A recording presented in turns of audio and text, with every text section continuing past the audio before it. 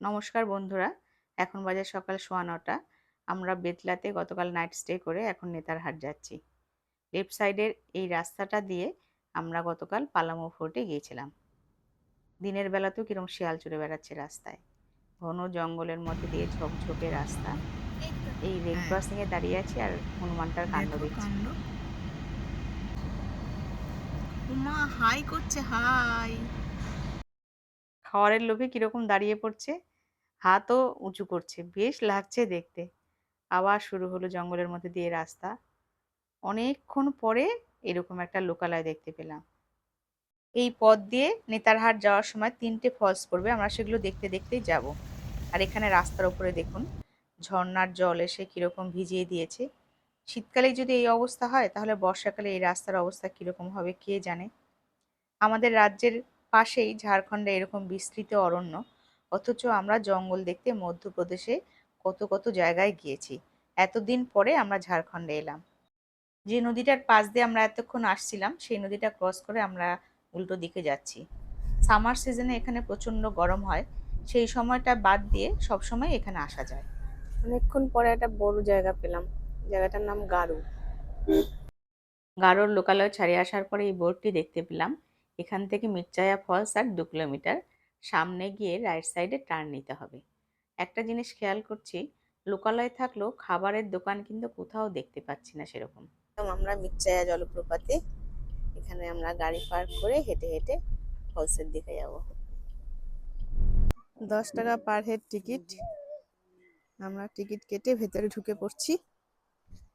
ওখান থেকে জঙ্গলের মধ্যে দিয়ে খানিকটা আসার পরে শুরু হলো এরকম উডেন ওয়াকওয়ে। এটা পার করে আমরা মির্জায়া ফলসে পৌঁছবো। এই হচ্ছে গিয়ে মির্জায়া ফলস। খুবই সুন্দর, খুব সুন্দর মেনটেন করে রেখেছে জঙ্গলের মাঝে। বর্ষাকালে এখানে হরপাবান হয় কিনা আমাদের জানা নেই। যদি আপনাদের জানা থাকে তাহলে কমেন্ট করে জানিয়েন। সেক্ষেত্রে কি এই উডেন ওয়াকের উপর দিয়ে হাঁটাটা ঠিক হবে? দেখুন আমরা কতটা উপরে চলে এসেছি। খুব সুন্দর ভিউ পয়েন্ট করা রয়েছে। এখন তো বেশি জল নেই, তাই আমরা যেখানে সেখানে ঘুরে বেড়াচ্ছি। আর আমার হাজবেন্ডকে দেখুন কোথায় চলে গেছে।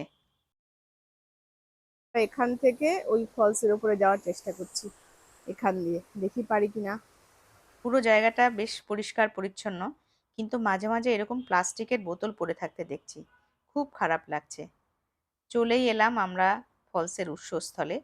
এই পাহাড়ি ঝোড়াটাই ধাপে ধাপে নিচে নেমে গিয়ে ফলসের সৃষ্টি করেছে।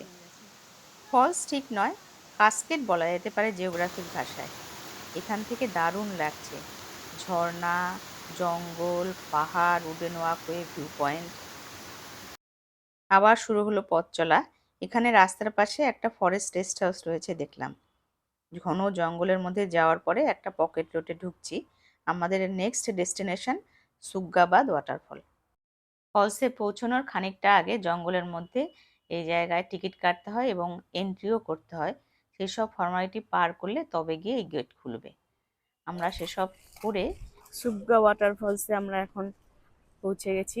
এখন আমরা যাচ্ছি নিচে। খুব সুন্দর, খুব সুন্দর করে মেনটেন করেও রেখেছে অনেকগুলো ভিউ পয়েন্ট। দূর থেকে দেখেই জায়গাটির প্রেমে পড়ে গেলাম।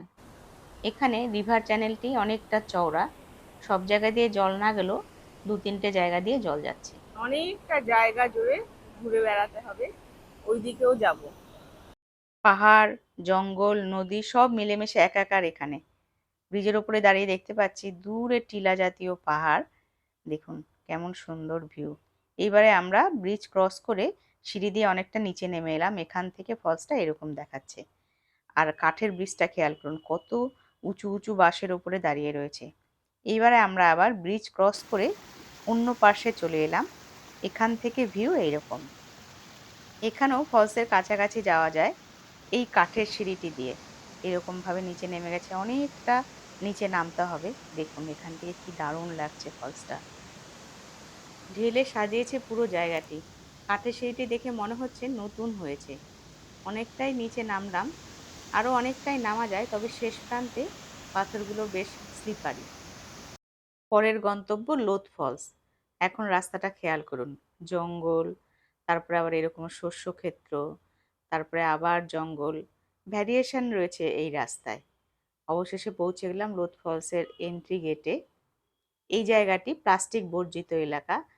প্লাস্টিকের কোনো জিনিস নিয়ে ভেতরে যাওয়া যাবে না। আমাদের হ্যান্ডব্যাগ খুলে দেখাতে হলো। ব্যাগের মধ্যে বিস্কুটের প্যাকেট এবং জলের বোতল ছিল। বিস্কুটের প্যাকেট তো ওখানে রেখে দিয়ে এলাম, কিন্তু জলের বোতলটা নিয়ে এলাম যেহেতু অনেকটা হাঁটতে হবে। কিন্তু তার জন্য 10 টাকা জমা করতে হলো। বললো ফিরে এসে জলের বোতলটা দেখাতে হবে, তবে গিয়ে টাকাটা ফেরত দেবে। বেশ কিছুক্ষণ ধরে হাঁটলাম, এখনো ফলসের নিচে পৌঁছতে পারিনি। দেখতেই পাচ্ছেন হিলি রিজিয়ান এটি, অনেকটা চড়াই উঠতে হচ্ছে, তবে রাস্তাটি খুব সুন্দর। এরকম পাশ দিয়ে রেলিং রয়েছে।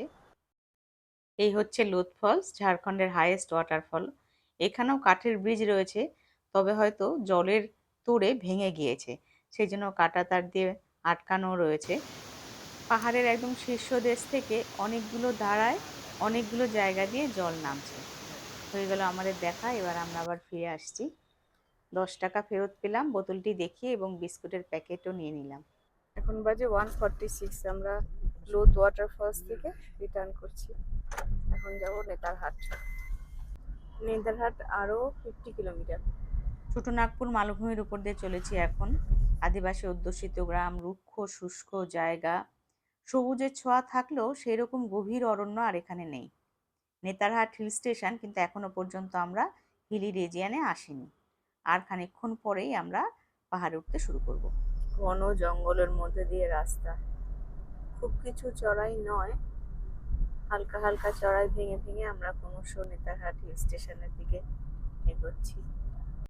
এখন আবার এরকম রাস্তা শুরু হলো। সকাল থেকে ট্রাভেল করছি, পাবলিক ট্রান্সপোর্ট কিন্তু নজরে আসেনি।